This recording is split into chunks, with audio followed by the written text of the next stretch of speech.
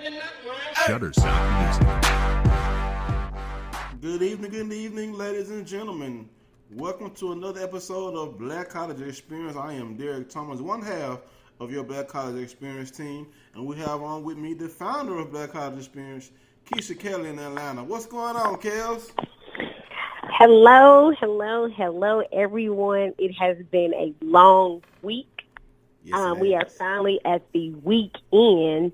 I'm so happy to be at the weekend and so happy it's about to start another week. It seemed like it went by so fast. A lot of things happened in the week. But in the midst of this, I have to take this moment. Granted, I've been running. I did. We tragedy did strike my family this week. Oh, wow. As everyone knows, 2 years ago, my father passed in June. Well, on Thursday, my older sister's husband passed from cancer. So, you talk about somebody 42, 43, 44 years old. And, so, we're in the process of, it's time to plan a funeral, and I'll be headed out next week or this weekend or Thursday, rather, to see, to lay him to rest on Friday. And, it's just a tragic situation. And then my niece will turn 16 on Saturday. So, it's some joy in the end of it, but it's something my older sister has to deal with, and it's tough. It's very tough. Exactly. I know because my sister's dealing with her battles. I've stated before on the air. And cancer is something that, it has been around for years. We wish it would go away. But hopefully with, as medicine starts to improve and, make, I guess you can say, who knows, maybe an HBCU alone will come up with the ultimate defeater of cancer. I know I said that wrong, but when you think about cancer, Kels, it's something you just want to be defeated. You want to be cured. You want to go away. You don't want your family member to have to deal with that because it's tough.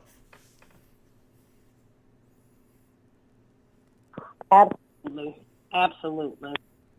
So, but today is July 1st, Kels. In 3 days, we will be celebrating our independence, July 4th, our Independence Day here in the United States. Barbecue and fireworks may be going on. I'm going to be here in Baton Rouge chilling because, unfortunately, the 4th of July is in the middle of a week. So, I won't be able to go home. So, I'll be celebrating the 4th by myself this year. But then my birthday month. So in 23 days, I will turn 38. 38 years old. It's almost Derek's birthday. Yes. I think, let's see, I'll be doing some work and moving and shaking, and I'll be in Baton Rouge, and oh goodness, July 20th we'll be in Baton Rouge. Okay. It's a busy month for me. My cousin is getting married on July 14th. My niece's birthday is on July 7th. The SWAC picnic is at the end of July, so my whole month of July. And then, of course, we got Media Day coming up on July 10th. Right. That's for the SWAC, and, of course, we have a lot going on. But let's go ahead and hop into everything. Media Day on the 27th of July, so, So it is. It's a busy month. But let's go ahead and hop into what's been going on in HBCU sports. Where do you want to start? Well, the biggest news in the SWAC, we all know, the biggest surprise of the summer, has now turned into the biggest story of the summer for the SWAC as far as the basketball coach is concerned. We all know, we reported on this a couple weeks ago, Mike Davis was leaving Texas Southern, and then all-world guard Trey Jefferson, has left also. And, when Mike Davis first came to Texas Southern, no one thought he would stay long. He stayed a good while, won some championships, built up the Texas Southern program, and he left for Detroit Mercy. Well, it was a high-profile hire, and that's all Texas Southern has been doing lately with their programs, is hiring high-profile, proven winning coaches from the Division 1A or FBS level in football. They have reached into that well again, Kels, and hired former LSU coach Johnny Jones to be the new head coach for Texas Southern men's basketball. This is another proven coach who's won championships, conference championships, albeit in the Sun Belt, not the SEC, at basketball's highest classification. He is a winning coach. He is a good recruiter. He is a technician as far as how he teaches players. So Texas Southern does it again, Kels. Like I said, I mean, you can only reach in that well so many times, and they've reached in that well again and hired another proven winning coach to join their basketball program and see if he can continue the success that Coach Davis has done. What do you think about this hire? I think it's a good thing, coming in and, they tend to pick up coaches with a long pedigree, and you look at this, and we said before, Mike Davis, trying to come behind Mike Davis, that's going to be big shoes to fill. But I think this is, like you said, this has been created into a story, almost like the NBA. Not as big, but it's like a story. And some people are saying, "Oh no," but I think it's going to be a good hire, and I'm excited to see where is it going to go for Tennessee State, because we all know that Tennessee State is, Texas Southern. To the TSU's got me the Tigers versus the Tigers. Texas Southern, we know that it's a very they're known for their basketball team, and they've done some great things the last couple of years. So I'm excited to see, but I'm also excited to keep up with what Coach Davis is going to be doing on the flip side. So I'm excited for Coach Jones. Right, and when you compare these two men, of course, Mike Davis, we all know where he got his start at coaching. Indiana Hughes is following behind Bobby Knight's departure from there.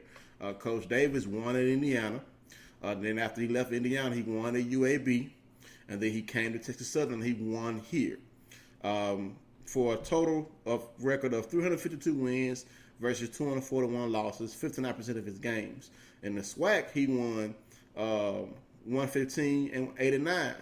56% of his games, and in conference play, 88 and 20, 81% of his games. So, yes, that is some huge shoes to fill. Coach Johnny Jones got his first taste of head coaching experience as an interim head coach at Memphis in 1999-2000 season. The Tigers didn't fare that well. Then he went to North Texas, built North Texas up, had a couple of 20-plus win seasons, 2 Sun Belt championships, and a couple of NCAA tournament appearances. And then he left North Texas to go into the SEC. And, LSU's basketball program had sunk to new lows. In his first 3 years, Coach Jones won an average of 20 games and took the Tigers to the NIT second round and to the NCAA first round. And then in 2015, 2016, they started to go down a little bit, 19 and 14. And then this last year at LSU, they sunk down to 10 and 21, and he was fired. Now, Coach Jones will look to revive his career at Texas Southern. Going to look to continue what Coach Davis has done. And I think, like you said, hiring another African-American coach with a winning pedigree from the basketball's highest classification, I think it's a good hire. I can't wait to see how he does on the recruiting trail. Maybe Trey Jefferson may be thinking twice now. Maybe he should have stayed. Now that he has another proven coach, another coach who has sent players to the NBA and won a lot of basketball games. So, I guess we'll see how this fares for Texas Southern. I think, it's going to be a different style of play under Coach Jones than it is from Coach Davis, but I think this is a good hire for Texas Southern. I'm eager to see how long he stays. Of course, that's the biggest question mark. Is he going to be at Texas Southern for the long haul? Is he going to be at Texas Southern until a bigger school comes calling? I guess time will tell because Coach Davis stayed, let's see how long I think he was the basketball coach since 2012. So he stayed a total of 7 seasons in Houston. So I guess we'll see exactly, how long Coach Jones will stay, if he has the same type of success that Coach Davis has, or if he, exceeds the success that Coach Davis had. I guess we'll see, because we all know Texas Southern has been the, I guess you could say, the bully in the SWAC, so to say, the past couple of years, dominating, winning their first NCAA tournament game this past season. I'll bet it's going to be a new team without the scoring leader, Trey Jefferson. So I guess we'll see if Coach Jones can, continue the success and just see how it fares. I think it's a good hire, it's a home run hire to hire another coach with a winning pedigree. And since we're on coaching news in the SWAC, we have another coach who has decided that he wants to leave the SWAC, and it's in a spring sport, so it's going to take some time for his successor gets a chance to coach. This has to do with Alabama A&M's basketball coach Mitch Hill resigning. He resigned as Alabama A&M Bulldog head coach effective immediately. He was a baseball coach for 5 seasons. Director Brian Hicks said he wanted to thank Coach Hill for his commitment to the Alabama A&M baseball, and we wish him much success on his future endeavors. The Bulldogs didn't have a good season this year. They finished the season with a record of 12-37, which was the third straight season the team finished the season with less than 14 wins. So it may have been time for the winds of change to blow through Alabama A&M's baseball program. So a new search for a baseball coach will begin immediately. So I guess we'll find out who they hire to take over the Bulldogs baseball program. I guess we'll see if he's able to turn that program around, because across the street, we know what the other Alabama program has been doing in this SWAC. Alabama State has been winning a lot of games. So they can't bode well, to have your in-state rival dominating in the SWAC and then you finishing next to last or last in the conference. So I guess we'll see what happens with the Bulldogs program as they search for a new leader after 5 seasons. Kels, what do you think about Coach Hill stepping down? Yeah, I think it's time for a revamp at Alabama A&M altogether. One of the things is at Alabama A&M, and this was under this is under Van Pettaway. Now, people have to realize I'm Southern University, but I'm born and raised Huntsville, Alabama, so I'm right down the street from Alabama A&M. Right. We were raised on the yard. We were raised on the hill. My sister graduated from Alabama A&M, so everything I know, my connections are to Alabama A&M. And then the other thing is that most of my family knows everybody. My mother and father knows everybody. So I didn't realize, now this is on me, I didn't realize that Brian Hicks, one of my mother's lifelong, and when I say lifelong, I mean over 60 years, lifelong friends, that's her son. And I never knew till I was at home, and she was like, yeah, Brian, and I'm like, she's like, oh yeah, that's Ann's son. And I was like, oh, I never knew. So I think it's a lot of steps. I think it's a lot of things that they're working on that they need to change. But I think Alabama A&M can get back to how they used to be. They had a winning culture in basketball. They had a winning culture in football. So I think that, they can get back. But I think, everybody goes through their times and their seasons where they have to revamp. And I think this is definitely that time. I agree with you, Kels. I mean, like I said, you were just kind of like me, being raised in Jackson, around Jackson State all my life. So even though you didn't go to that school, you have a connection to it, being that's your home. Now, up next, we want to talk about another SWAC player getting signed to the Summer League, and this is a player who with a former SWAC Player of the Year. He transferred to New Mexico State. That is no other than the 2017 SWAC Player of the Year, Zach Lofton. He did his thing at New Mexico State, averaged over 20 points a game, and now he would get a chance to take his game to the NBA. He was signed to the Detroit Pistons Summer League squad, and even though he left Texas Southern as a graduate transfer, which he earned the right to do because he graduated. We do wish he would have stayed, because having someone like him on the team with Trey Jefferson, that would have given them a legitimate second scorer to potentially attack teams in the tournament. Because without him, they went to the tournament. Imagine if Zach Lofton would have stayed with Texas Southern, Kels. It's possible they could have won that second round game in the NCAA tournament, because when you have a 1-2 punch, you need a 1-2 punch, sometimes a 1-2-3 punch to be able to defeat a team that has I guess you can say, more talented players than you. But Zach Lofton proved that he could play at basketball's highest level by averaging over 20 points a game at New Mexico State. So imagine what him and Trey Jefferson could have done at Texas Southern. It would have been a sight to see those two players play with each other and perform at such a high level. So we want to congratulate Zach Lofton on trying to get his chance to earn the NBA roster spot. But Kels, what do you think about if these two players could have been able to play together? What do you think? Do you think it would have been different, or do you think it would have been the same old? I think it could have very well been a different outcome. Even if you look, you look at, I'll use the NBA as an example. You look at players like LeBron, and you look at people when they're building their teams. I'll give you a great example. You look at a team like Golden State, and you look at somebody like Steph Curry, and we know he's a pure shooter. Then you look at people like Kevin Durant.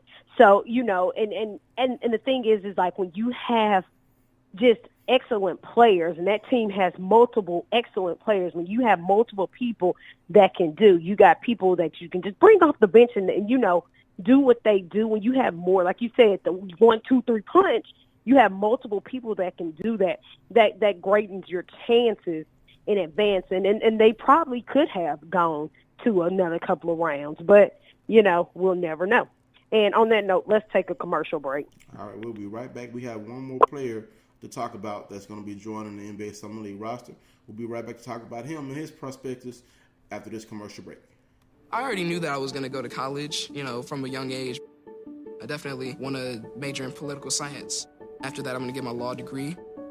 Then I'm going to come back to Detroit, boost the economy, become the mayor or something, try to make the situation better for other people. I feel like I owe it to the city. I'm determined. It's going to happen. My name is Justin, and I am your dividend. All right, we're back with more Black College Experience, and right now we're talking about SWAC players getting invited, or HBCU players getting invited to NBA Summer League. We talked about T-Walk last week. Now we're talking about former SWAC Player of the Year, Zach Lofton, being invited. But we do have a third HBCU alum that will be joining an NBA Summer League roster, and that is Morgan State's Tewan Kinley out of Morgan State. He will sign with the Washington Wizards. And we all know the Washington Wizards has a dynamic starting backcourt, but it's possible Tewan Kinley can add some scoring punch because that's what he does. He is a scorer. He went undrafted, of course, in the 2018 NBA draft, but he signed an agreement, like I said, to play for the Wizards Summer League team. He averaged 26.1 points a game, grabbed 4 rebounds a game, and had 2.1 steals per game in his senior campaign. He reached double figures in all 44 games that he played at Morgan State. So he played at Morgan State for 2 years. He became the fastest Morgan State player to reach 1,000 career points in Morgan State's history, finishing with 1,032 points in just, like I said, 44 career games. He had 20-plus points in 30 games to reach 30 points or more in 7 games. He scored at least 25 points in 13 of 21 games during his senior season, Kells. And he led the Bears in steals in 12 games during his senior year. He will become the first Morgan State alum to participate in the NBA Summer League, which brings together players selected in the NBA draft as well as prospects who may or may not be under contract with any particular franchise. So, he and teammate Philip Carr worked out for the Wizards and made prior to the draft. No word on if Carr's going to get a chance to prove himself in the NBA Summer League. We hope he does, or if he doesn't, I'm pretty sure he'll find an opportunity overseas. But I just think this is awesome for Kinley. I mean, 26 points a game, Kills. We all know basketball is about putting that ball in the hoop. What's that old school cheer? Put that ball in the hoop. That's what he does. I mean, his scoring ability is definitely needed in today's NBA. In today's NBA, if you can shoot the ball, if you can shoot the three, you can shoot the mid-range jumper. In today's NBA, when you have players like LeBron James who dominate the ball, you have to be able to score off the ball. And if Kenley can prove that he can do that for a team, I think he can find a career in the NBA as a spot-up shooter or a off-pick shooter in the NBA. Because let's say if he works with Cleveland, we know he don't have to worry about having to, handle the ball. That's LeBron's going to dominate that. In Boston, when Kyrie gets back, he's going to dominate that. Being able to make open shots in the NBA is something that you have to do. And Kenley definitely shows he has the ability to hit shots, driving to the basket. And like I said, his average speaks for itself. Yes, it's in the MEAC, but you know what? In the MEAC, their basketball hoops are 10 feet, just like they are in the NBA. So, hey, there you have it, Kels. What do you think about Kenley and his ability to, possibly stick or show out in the NBA Summer League with the Wizards?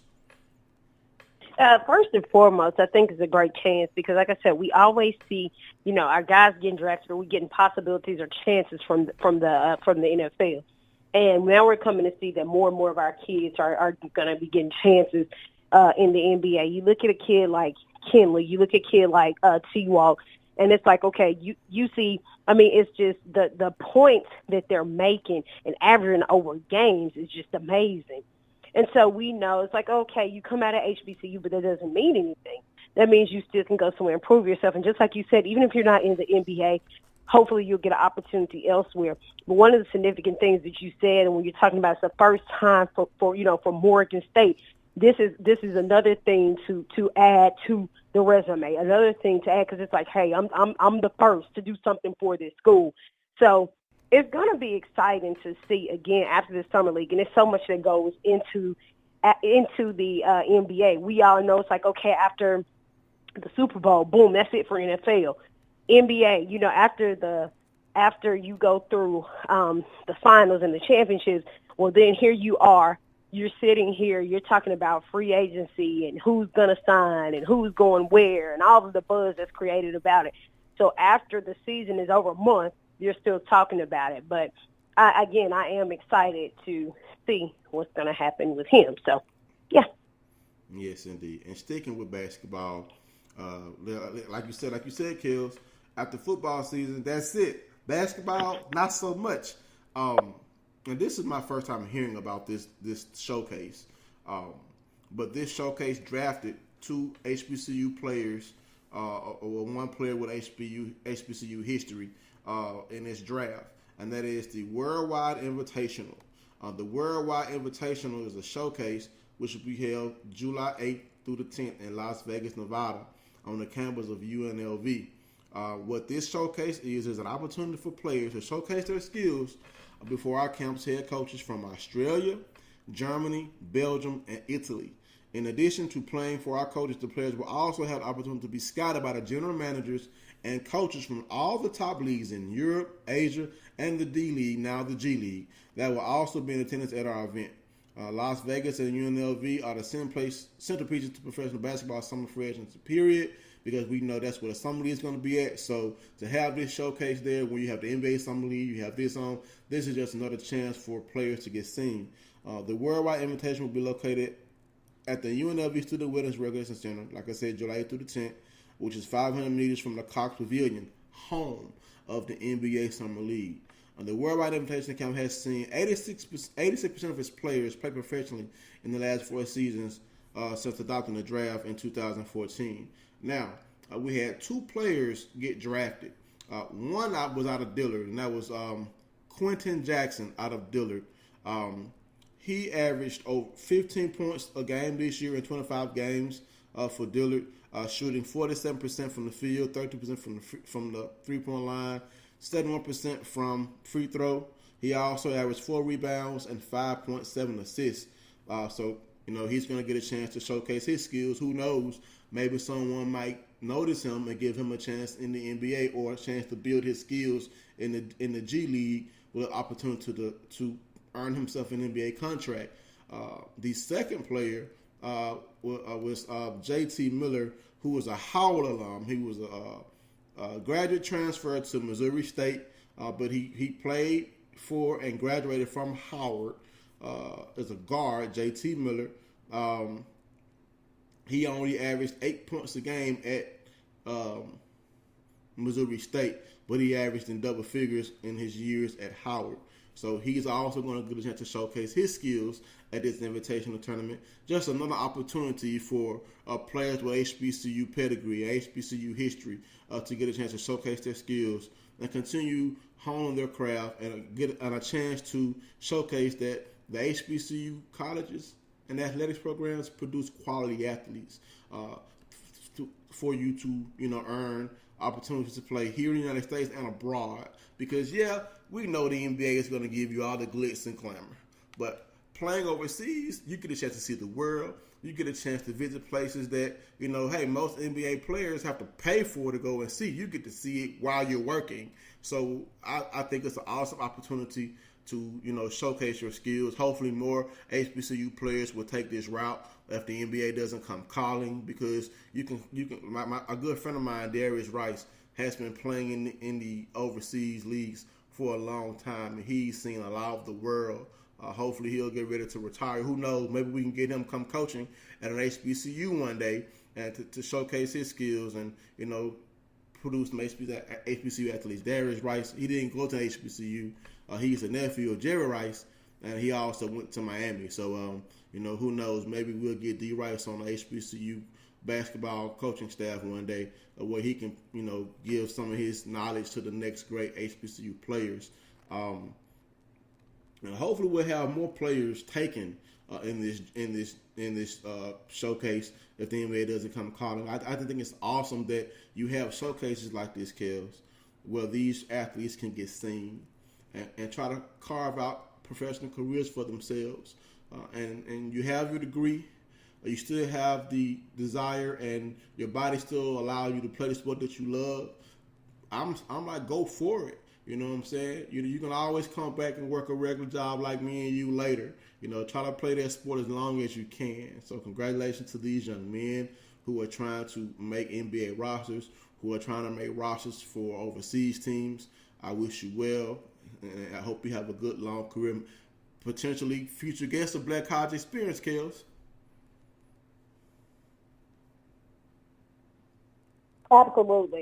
Absolutely, and I do. It goes over a long period, and like you said, that's something I didn't even know about. I didn't even know about the showcase, so that's some digging. You did some digging, because all of our stuff isn't always advertised.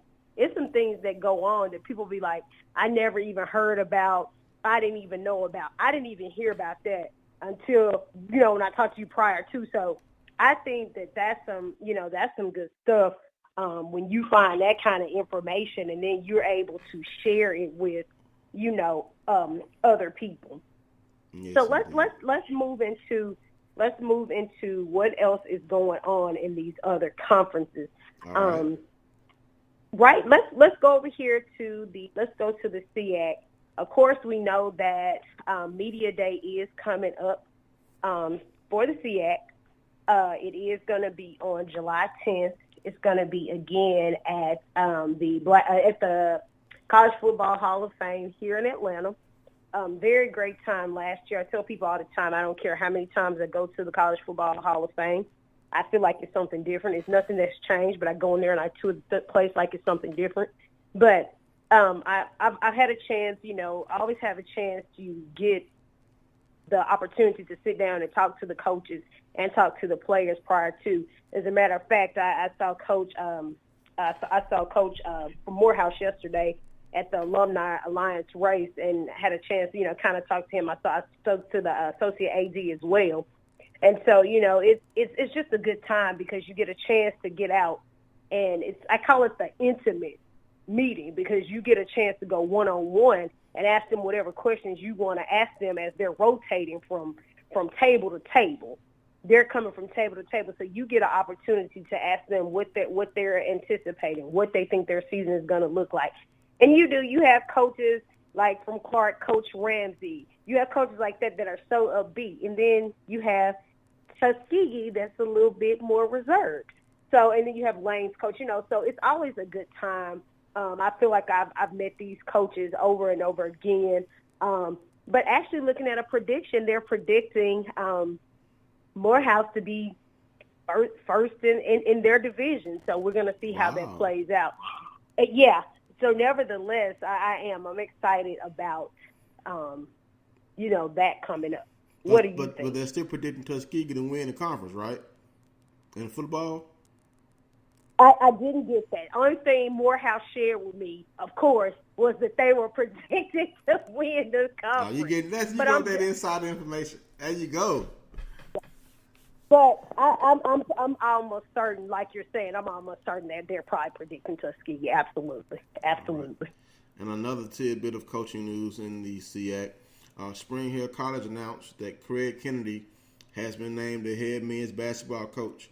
Coach Kennedy is a 38-year coaching and teaching veteran who has coached at Troy University, Georgia Southern University, Auburn, and the University of Winnipeg. Most recently, he served as the assistant athletic director for the University of Winnipeg Badgers since 2015.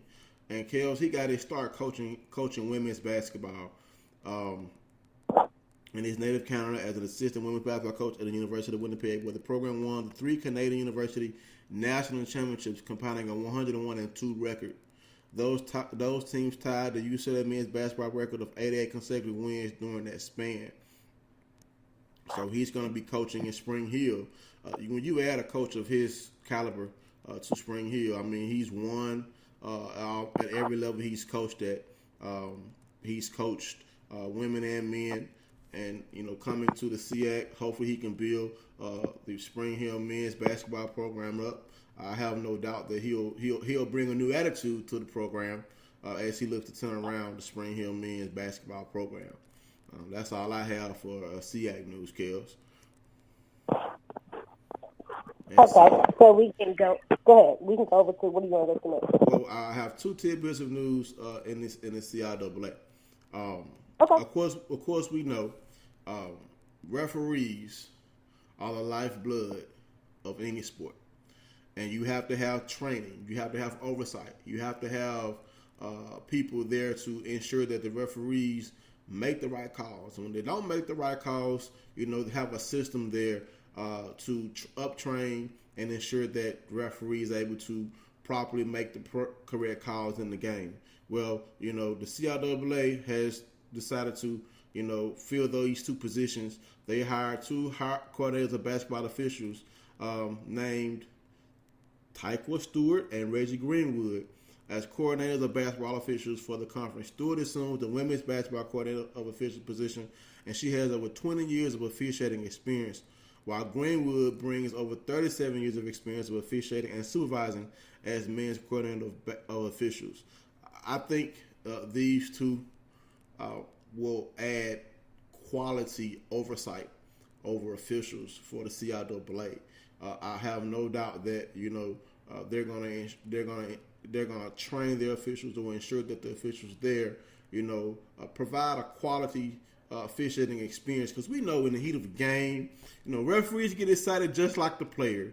They have adrenaline rushing just like the players. Even though they're not making the shots, they're having to run up and down that court just like those players. So you have to ensure that you have proper training and recruiting of referees, and adding these 2 individuals as coordinators of basketball officials for the CIAA, I think will be great, Kels, because we know how important officiating is in today's sports environment, Kels. What do you think about these 2 getting hired?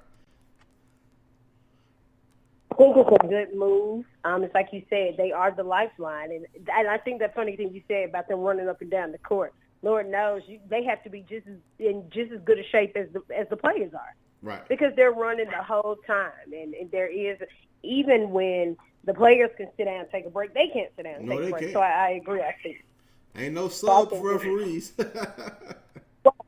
I think it's a good. I mean, we do. The funny thing is, like I said, we have quite a few, HBC grads that are in that realm of it, but they don't get no breaks. They have to sit there. They just have to take it. So I think it's a good thing.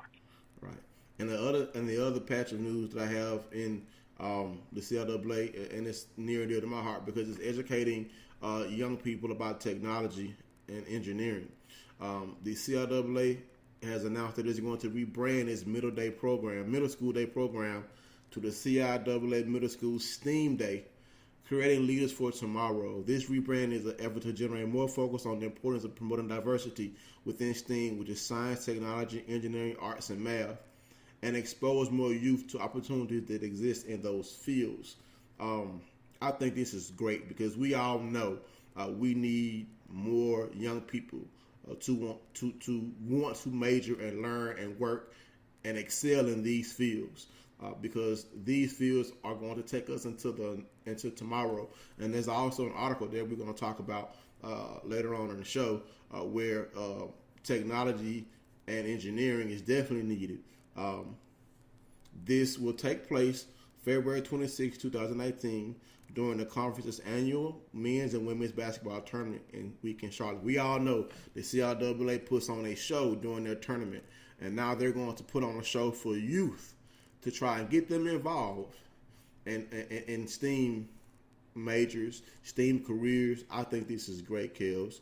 What do you think about the CRAA rebranding its middle school day to a STEAM-themed event?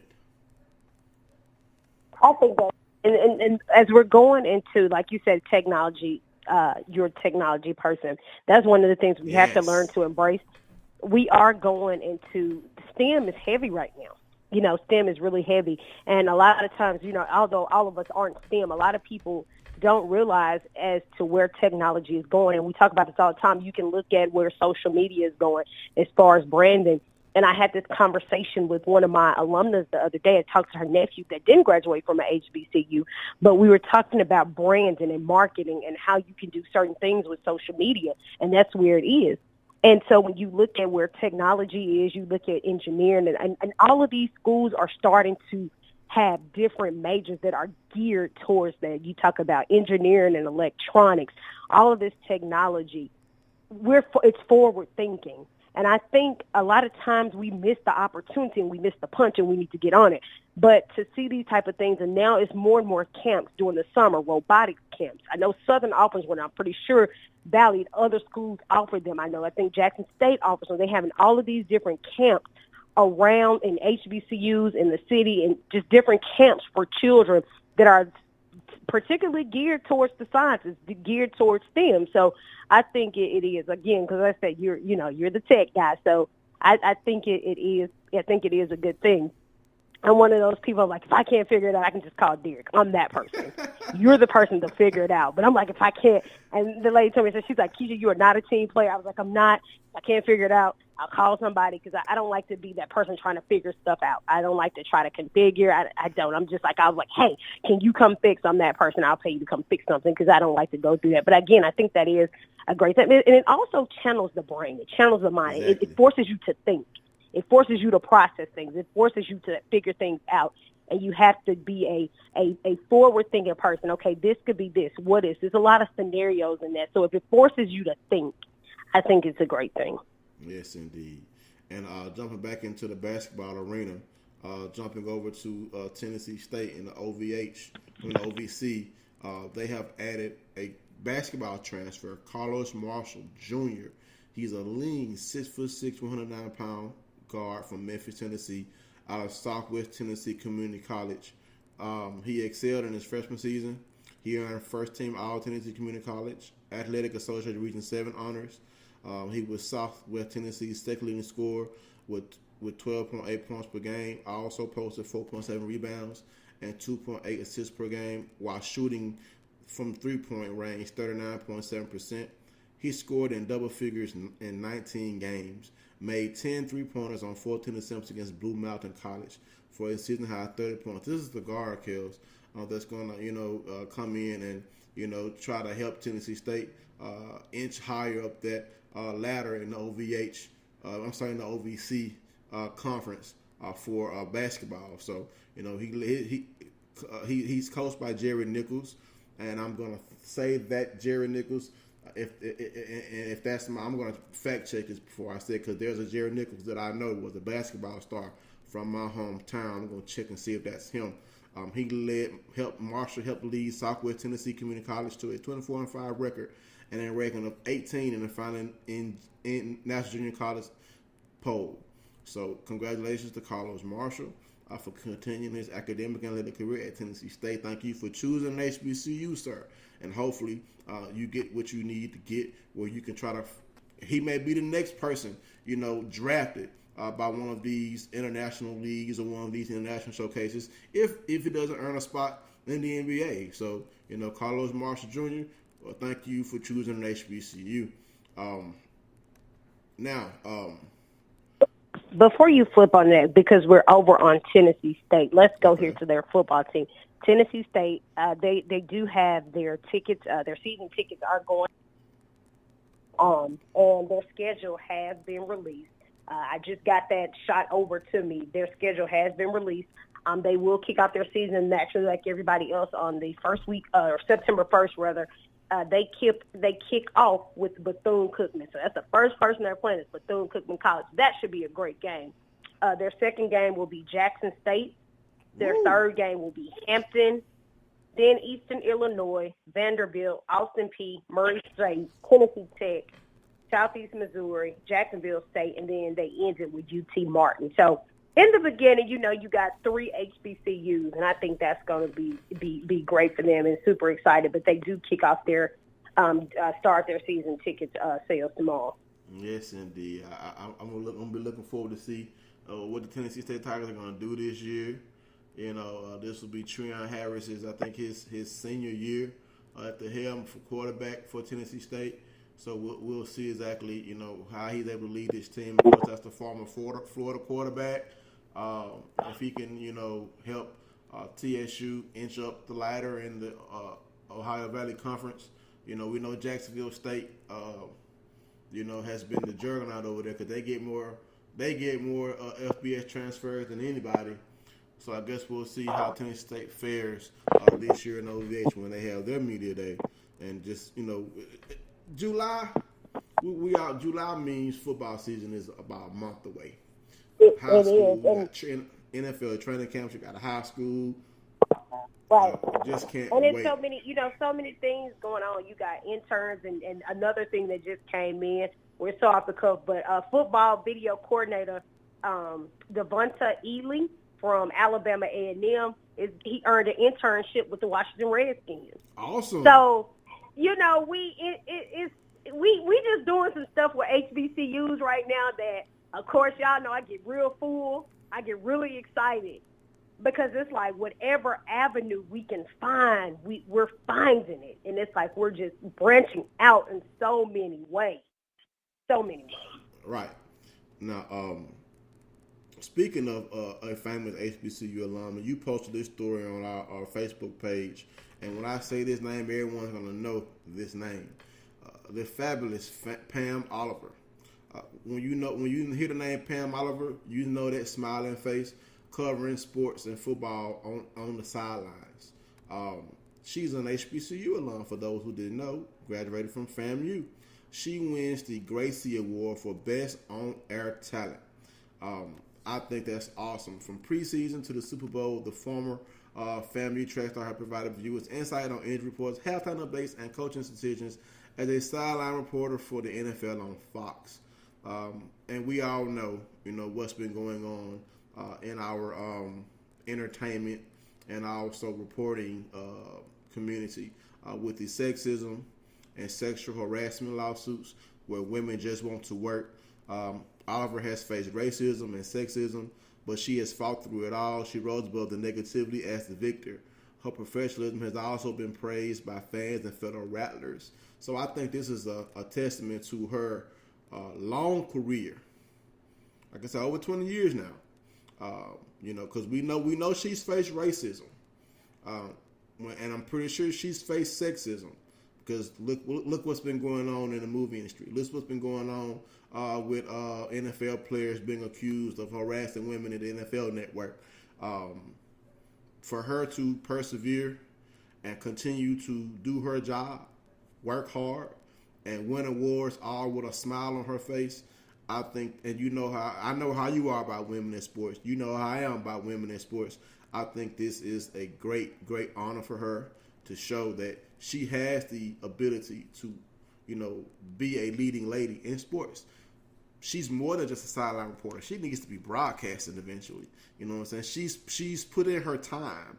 You have former football players stepping in the booth who've never called a game, who've never reported a game, getting broadcasting jobs over Pam Oliver. She has 20 years in the game.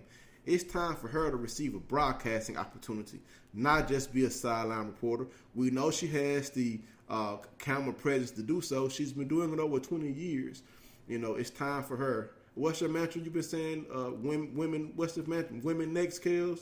What's the mantra you've been saying? Future female. Yeah, the future is female. It's time for her to get a job broadcasting football, broadcasting basketball. Right. In a day and age where you have women, white women being thought of as the next basketball coach for an NBA franchise. Why can't Pam Oliver, a woman who's been broadcasting for 20 years, be a broadcaster for men's sports? Not just be on the sidelines. It's time for her to move on up like the Jeffersons. It's time for her to move on up to the broadcast booth if she wants to. That's just me saying she's been in the game 20 years. Tony Romo been out of football for 2 years. Here he is joining. I think he's joining Monday Night Football. No. You know, I know ESPN does that, but you know, it's time for Pam Oliver to. I would love to see how she does broadcasting the game, because they've been letting other women in the broadcast booth who haven't been doing broadcasting as long as her. So it's time for her to get her chance, Kills. So talk to us about what you think about Pam Oliver winning this award. Well, you know, one of the things, of course, like you said, I'm a big proponent of being a woman, and I think, you know, a lot of times people sympathize with us, but, you know, it's like I tell people, two things that people, if you're not black and you're not a woman, you'll never understand. You can sympathize with us, but you'll never understand what it's like being a black woman. The same thing I tell people, you never understand what it's like being a black man. It's some things that people just don't understand. And yes, we do. We face a lot of sexism.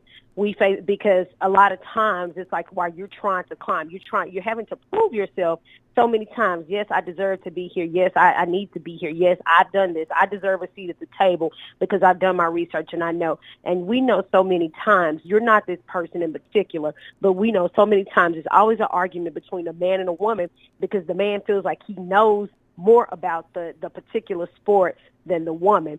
So it can be an all-day debate, and you're going back and forth in a circle trying to prove yourself. And I'm like, every single day that I'm in this field, I don't have the time. I don't want to debate or argue with the man about why I should have a seat at the table, what I know, my knowledge. I feel like we can build together. And I do agree. You know, in the case of Pam Oliver, you're talking about over 20 years. That pedigree is long and strong. She's covered everything from preseasons to Super Bowls. So you have been on the sidelines. You have put in more than enough work. And there are so many other people that are behind this, that are anchors that should have been. And we don't know. I don't know if it's the case of that's what she feels that's where her calling is, that spot. But I feel the same way. I think that she could very well have a show, and then she could say, "Hey, Keisha, come sit beside me." We got these two HBCU alumnus. We got two HBCU alums sitting here having this conversation. She may be over here talking about FAMU and track, and I'm over here talking about Southern and basketball, football, or whatever it is. But I think a lot of times, again, we are just overlooked. We are overlooked. And it's hard being a woman in this field. It's even harder being a black woman in this field. That's why we keep pushing, we keep drilling, and we keep pressing. I tell people, I said, some days y'all might get tired of me pressing and leaking the information on you, but we have to keep telling the story. Yes, we do. And jumping back to where I talked about science and technology, we all know our president wants to focus on a military branch called Space Force. Well, HBCUs some HBCUs have aerospace curriculums for their students. Well, a company has given a $1 million grant that will ramp up HBCU aerospace learning. That company is called Base 10, a nonprofit group which teaches people to think beyond decimals, sets students on direct pathways to 4-year degrees and jobs and startups. With hands-on training in science, technology, and engineering and math, that's STEM. They gave $1.5 million to Base 11 to foster career development with aerospace departments at historically black colleges and universities. The initiative was announced at the annual gathering of Sigma Pi Phi fraternity, also known as the Boule, the oldest African American fraternity with more than 5,000 members across 134 chapters. What this grant will look to do, because we know we have HBCU alums getting internships at NASA. Well, this is going to allow HBCU institutions to grow their curriculums for aerospace engineering, studying rockets, and other aerospace technology topics, as they, to foster that environment at an HBCU, because we know they have it at the PWIs. It's time for HBCUs to get in that game also, because check this out. We know when you had the technology.com boom, HBCUs were left out of that. Well, we don't want to be left out of this. So this grant is looking to, put HBCUs at the forefront to try to get a piece of that pie. With the American marijuana decision, we know Southern University, your alma mater, is going to get a chance to participate in there. So we're going to get a piece of that pie.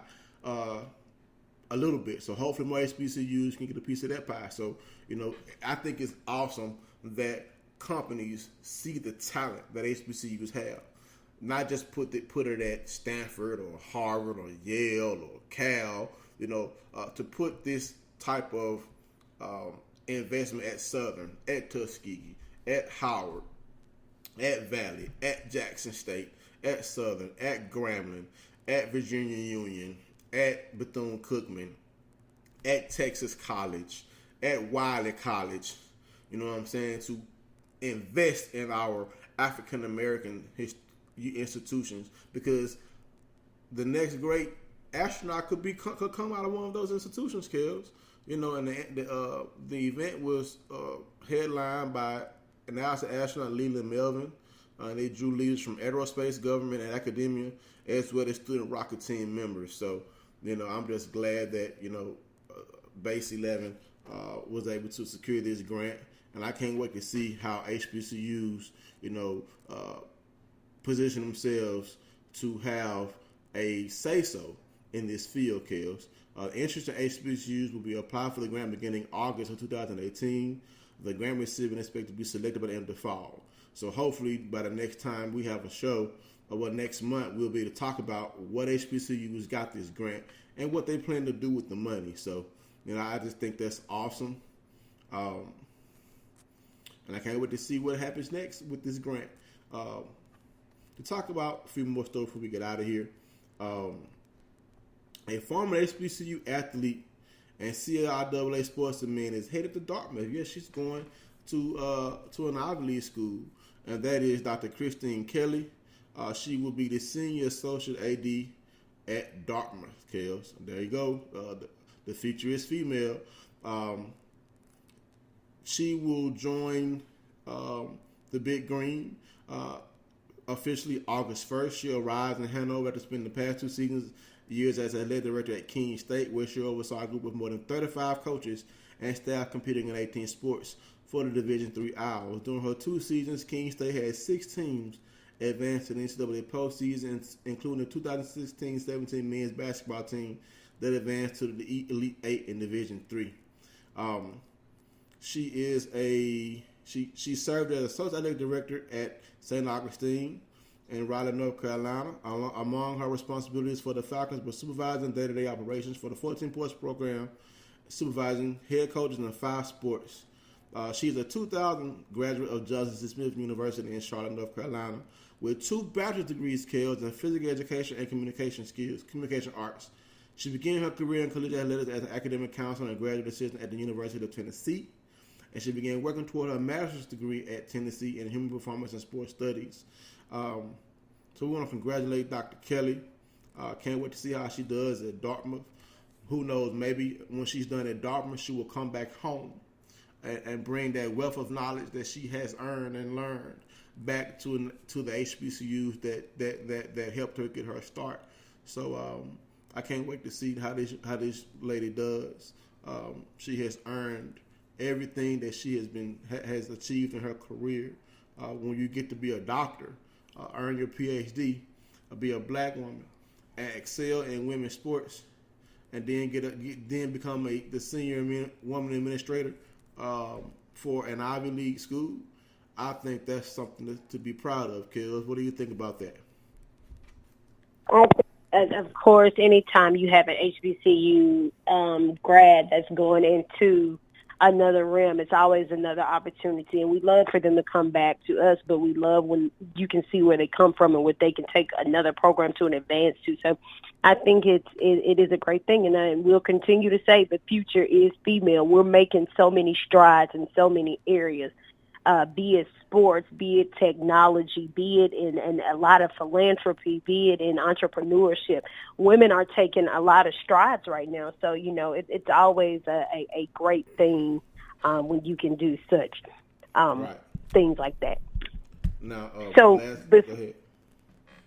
Before we get out of here, because we're out of time, I did want to talk about this. Yesterday, we did have the HBCU Alumni Alliance race. It was 5K run walk. Of course, I was stationed by the finish line this time. Last year I was doing water station, but this year I'm stationed by the finish line. We were actively cheering on all these HBCU graduates that partook to race or walk or run, and it was a really great time. This is an early morning, so we're talking about out of the bed at 5:30, 5:45 because it's only a 2-hour race. So you're done by 10, but it really great time. I could just look across the at runners everywhere, and you got HBCUs. You got all of the SWAC there. You got the MEAC. I mean, I got pictures of everybody, and for people that don't know, you'll eventually find out, or you probably know. I have a special place in my heart for Morris Brown. So every Morris Brown person is probably in a picture. I made sure even HBCUs that we don't talk about so much, I got pictures of Shaney, people from Lincoln. Of course, for people that don't know, Associate AD Morehouse is a Lincoln graduate, and guess what? She is a female. So once again, The future is female. But it was such a great time, and just to see all of those HBCUs out there running and just enjoying time and, talking so much noise. Of course, I got a chance to talk so much noise with Jackson State, got a chance to take some pictures, talk some noise with Alabama State, with Grambling. Alcorn was right next to us. It was just a great time. Got a chance to get some pictures. Tennessee State was deep out there. Of course, North Carolina A&T was out there, A&M. It was just such a great time, and I can't say this enough. There's absolutely nothing, and I do mean nothing like a HBCU. It was such a great time, and they do it every year. Next year, June 29, 2019, they already have the date. It's going to be – this is the largest race of its kind. So while it was going on here in Atlanta, it was also going on in D.C. They were doing the same thing. So it is. It's just a really great time, and you can run with your sorority, your fraternity, with your however you want to do it. It's just so many great things. So it was a great thing. And then on the other side, my Coach Odoms did come down. He did what's called the Ozone Tour. He talks about where the program is going, all the good things that, we're looking forward to, all the benefits. And he did bring D-line coach Skylar Jones with him. Just to hear a lot of things that the coach talked about and where the program is going and what we're going to be doing. I think it's going to be a great upcoming year for the Southern Jaguars. I think it's going to be a different thing. The receiving core, I'll just say this, the receiving core is going to surprise a lot of people in the SWAC this year. So we're pretty excited listening to the presentation and sitting there talking. Like I said, I was supposed to introduce the coach, and it was so informal. We was all over the place, and coach talking like it's like a daughter dad type conversation. I said, well, Coach, I'm supposed to introduce you. He said, well, where is it at? I said, well, Coach, you already started talking now. He said, all right. So we over here in the corner talking. But again, really, really good time, and it was very informational. And again, I'm very excited to see where we will go. Yes, indeed. Let me ask you this question while we're here. Are you familiar with Alan Dunbar? Alan Dunbar, that name sounds familiar. Kels? I'm here. I'm here. His name sounds familiar. Go ahead. Okay, so Alan Dunbar, he played for Southern University, and they call him Jubilee. Okay, so it's funny because you're named after one of the biggest bounce people in history of New Orleans. Well, he is a former player. He did play for the New Orleans Saints, and he also played for the Cleveland Browns. Okay. Well, of course, in my looking through stuff, I did not realize that he played for Southern until I was on Instagram, and his daughter was like, "Oh, it's the best hands to come through Southern." So I was like, "Oh, okay." Well, at that time in the 1972 draft, that's taking you back, he was drafted in the 3rd round at pick 71 in the 1972 NFL draft. So in 72, he played for the 49ers. In 73, he played for the Saints. In 74, he played for the Cleveland Browns. And then it was like he went on to Philadelphia Bills. Well, when I'm in Baton Rouge in a couple of weeks, I have decided to link up with her and see if I can catch up with her dad and see if we can get her dad to come on and have an interview. Oh, wow. That would be great. I said, keep in mind, we know your dad like 69 years old, but we still going to try to work this out. We still going to try to work it out. So I did. I was like, wow, we it's a lot of people, yeah. A lot of people that we're that we connect with, but that's, yeah. Yes, indeed. Well, we are out of time, ladies and gentlemen. And, we will be taking a break after the July 15th show. On that show, we will be discussing, we'll have information from Media Day, and we're going to take a couple weeks off and then come back sometime in August for the season 2 of Black College Experience. It's been a long season, Kels, because we started out on another platform, and now we're on Spreaker, getting ready to end our first season on Spreaker. I think it's been a pretty good year, Kels. What you think? It has been a really great year. And I was looking, it comes up in your memories on Facebook. It said July 9th was our first official podcast. I have to go back and look and see the actual. That's what popped up in it's like, okay. And I was like, okay, we didn't have so many first officials. We had so many first officials things. But if it wasn't you that kept up with okay, this is the season, I'm all over the place. I don't. So again, it's pretty exciting. We did end the campaign yesterday for the official Black College Experience T-shirts. All of that stuff will be processed. Everything will be all the orders. Right, the orders will be in. Look at this. All the orders will be in, and everything should be shipped out by next week. So I'm just okay, I'm ready to get it done. I'm done with this campaign. No more campaigns. We're done for the year. I am done. Yes, indeed. Well, ladies and gentlemen, we are out of here. I hope you have a happy 4th of July and a good rest of your Sunday evening. We out of here. All right, Peace good night. out.